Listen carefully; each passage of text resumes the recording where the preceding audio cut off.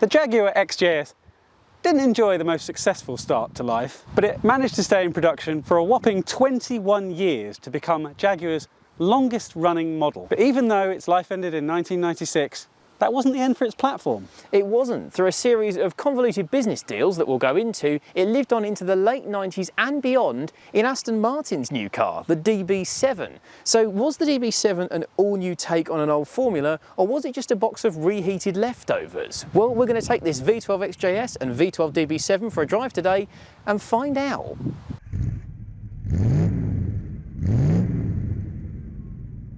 But first, our friends at Lancaster Insurance are running monthly giveaways. You can win all sorts, from experience days to tools, restaurant vouchers and tech. So click the link below at the end of the video to enter their latest competition.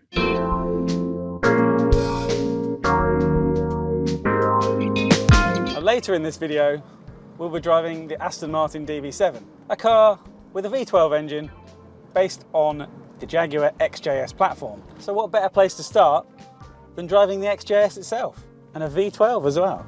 Replacing the legendary E-Type was hard enough, but throw in controversial styling with those rear buttresses, a V12 engine that managed about 14 miles to the gallon tops in the wake of a fuel crisis, and you can see why the XJS got off to a little bit of a difficult start. Essentially, it was a good car. It was based on the platform of the XJ6, which was very successful. It had Jaguar's excellent independent rear suspension, but it was failing to tick the boxes in some areas. What's more, it didn't really have the best reputation for reliability, especially in terms of electrics.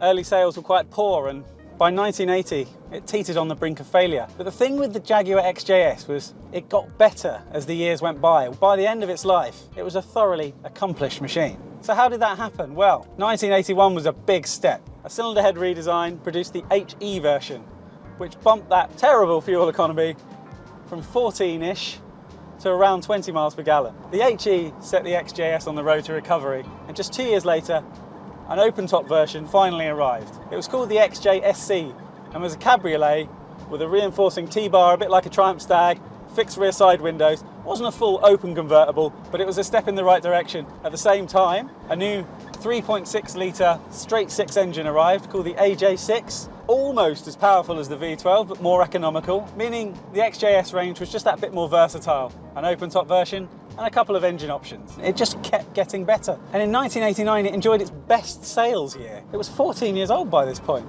Perhaps the biggest change to the XJS came quite close to the end of its run. Jaguar had become independent from 1984 and had set about developing an XJS replacement, but it got sidetracked with things like four-wheel drive and all sorts of other expensive developments, and the project basically spiraled out of control. So when Ford took over Jaguar, it looked at the XJS and thought, we can revise this, and it set aside £50 million to do so. And what resulted was a thorough update with 180 panels changed. The engines were kept, although the V12 was later enlarged to 6 litres, they just kept getting better. I'm driving a 1988 car here, one of the first of the full convertibles, and it's just lovely. Yes, okay, it's a little bit cramped inside, the styling is divisive, but they were brave with the XJS, and it has stood the test of time remarkably well. It looks crisp, it looks classy. The XJS doesn't pretend to be an out-and-out sports car, but neither was the Series 3 E-Type. That had the same 5.3 litre V12 and was more of a lazy Grand Tourer, and that's just what this car is. The perfect Grand Tourer. It feels so lazy and relaxed. The power is just ample. And what does it go like? Well, it's got a V12. It goes very well indeed. Out of my way, peasants. Woo-hoo-hoo. Yes, it's not particularly big in here. The seat's rubbing against the center console. There's not a lot of room in here, but that doesn't really matter. It's comfortable. It's a lazy cruiser with an air of class. And that's what I love about it. But of course, by 1996 and the end of its run, it was getting a bit long in the tooth. However, its platform survived and lived on in the DB7. So how does the DB7 compare to this? Well, over to Joe to find out.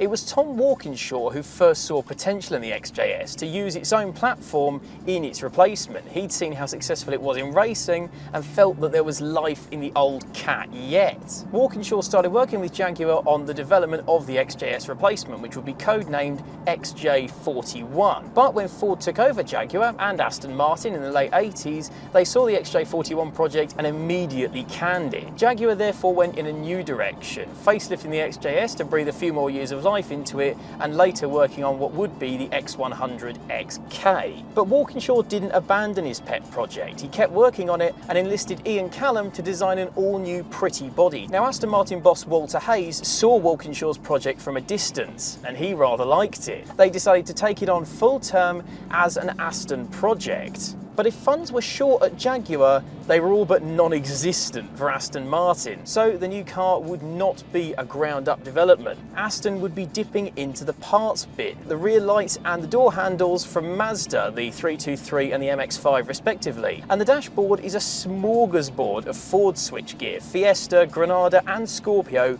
all feature. So a cast-off Jaguar development with a Ford parts bin interior and, at first at least, no official title.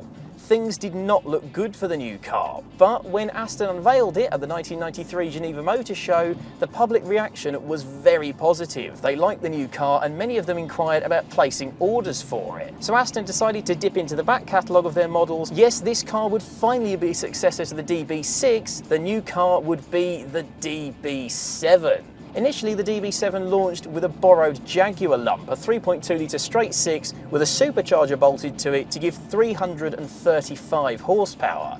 Now that was plenty. The DB7 was fast, smooth, but the purists said that the Aston needed to have a V12 to be deserving of the badge. And believe it or not, Ford signed off on it. A whole new V12 development. They weren't just going to use the Jaguar engine. The final Aston engine uses the pistons and the valve gear from the Ford 3 litre, but it's Aston Martin's own block design, and it was custom built for them by Cosworth of all people. 5.9 litres in capacity and giving 420 brake horsepower, which in any car is a lot.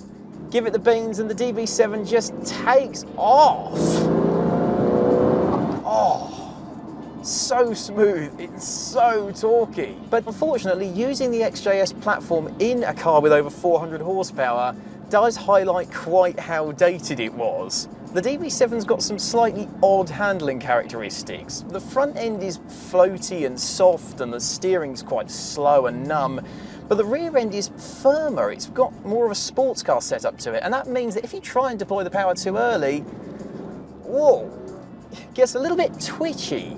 It's not a particularly rooly car and it can be hard to drive fast. It's not as soft and comfortable as the Jag, but it's certainly not as sporty and sharp as a Porsche. And then there's the ride. Because it's gone for this halfway house of sporty and GT car, it's a bit fidgety. It doesn't float like the XJS. It hits a bump and sort of wobbles a bit. When you look around at your cabin, that dated XJS basis makes itself known again. I can fit in an XJS. They're cramped, but I do fit in them. In the DB7, I don't fit. My head is touching the ceiling. I can't put the seat any more reclined because then I can't reach the steering wheel, and I've just got to hunch slightly as I drive along. The driving position's pretty shambolic as well. I have to have my arms fully outstretched like a monkey because if I don't, my knees are bunched up under the steering wheel and rubbing against the centre console on the dash. And then there's the interior trimmings. People mocked the Mazda handles and the Ford switches, but those bits have survived. Those bits still look good, whereas all the Aston Martin trim bits that surround them really don't. The wood veneer goes all milky and starts flaking off, those rear pillar trims fall off, the leather gets worn away on the bolsters. So it's cramped, doesn't ride very well, it's not very nice to drive, and the interior is an unpleasant mishmash of humdrum switchgear and poor quality. It sounds like I've got a downer on the DB7, but it did have its good points. That stunning Ian Callum design and a price tag of under £100,000 meant that Aston sold over 7,000 of these cars, and it brought them back from the brink of financial ruination. It led them on to produce cars like the DB9 and the V8 Vantage, cars that propelled it to massive fortunes and made it the company it is today. And all of that, this car and all that came after it, is all thanks to a load of parts bin Ford bits and those ancient and yet also brilliant XJS bloodlines. So Joe, how did you find it? Interesting, because I love an XJS, as you know. I've spent quite a lot of time with them. I do. DB7, there's things I like about it. You can see there's that whiff of XJS in there, but unfortunately it's not a brilliant whiff. It slightly smells like it's gone off. I think introducing that new V12, which is so powerful, so exciting, so revvy, it highlights the age of the platform a bit. I mean, what did you think of this? I've only recently had experiences with it. I drove one last year, I drove this one. I really do like it. It has a nice effect on you. And for me, the best XJS platformed car is an XJS. I'm kind of with you. This doesn't pretend to be something it's not. It fully commits to being a GT, doesn't it? It's relaxed. Exactly that. It's comfortable, it's stylish. This car rightfully deserves an Aston Martin badge. If for no other reason than without it, it might not have been an Aston Martin at all. It might not have existed. But for me, it's just too flawed. Yeah, it pulls too many strings in too many different directions, when actually what's pulling me all along, I'm always pulled towards an XJS. As we've said, I think it's still glorious. So let's hop in, let's go to Monaco. Thanks for watching, see you soon.